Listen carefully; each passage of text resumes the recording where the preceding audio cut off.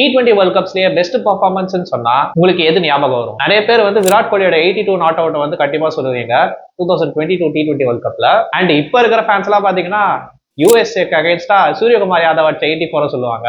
ஆனா OG cricket ஃபேன்ஸுக்கு இந்த பர்ஃபார்மன்ஸ் பத்தி கண்டிப்பா தெரிஞ்சிருக்கும். 2012 T20 வேர்ல்ட் கப் ஃபைனல்ல மாலன் சாமியல்ஸ் அடிச்ச 78 தான், அதுவும் against Sri Lanka.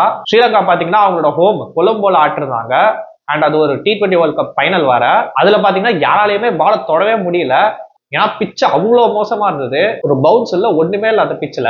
Even Chris Khel கூட பாத்தீங்கன்னா அந்த மேட்ச்ல வந்து 16 பாலுக்கு 3 ரன் அடிச்சிருப்பாரு. அண்ட் 10 ஓவர்ஸ் முடிவுல வந்து வெஸ்ட் இண்டீஸ் வந்து 32 for 2 இருப்பாங்க. சோ அந்த மாதிரி நிலைமையில இருக்கும்போது மாலன் சாமியல்ஸ் வந்து 78 of 56 அடிப்பாரு. அந்த மாதிரி ஒரு மோசமான பிச்ல பிரைம் மலிங்காக்கு அகைன்ஸ்டா 5 6 அடிப்பாரு. அண்ட் அதுக்கப்புறம் வெஸ்ட் இண்டீஸ் வந்து 137 வந்து போஸ்ட் பண்ணுவாங்க அவங்க டோட்டலா.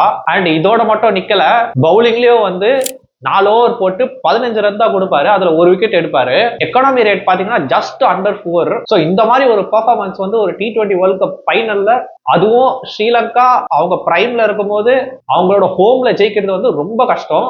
அப்படி ஒரு பெர்ஃபார்மன்ஸ் கொடுத்திருப்பாரு மாலன் சாமியல்ஸ் அந்த மேட்ச்ல. சோ இந்த பெர்ஃபார்மன்ஸ் பத்தி நீங்க என்ன நினைக்கிறீங்கன்னு சொல்லிட்டு கமெண்ட் பண்ணுங்க. அண்ட் இந்த ஃபேக்ட் உங்களுக்கு தான் மறக்காம லைக் பண்ணுங்க. அண்ட் சேனலுக்கு புதுசா இருந்தீங்கன்னா மறக்காம சப்ஸ்கிரைப் பண்ணுங்க.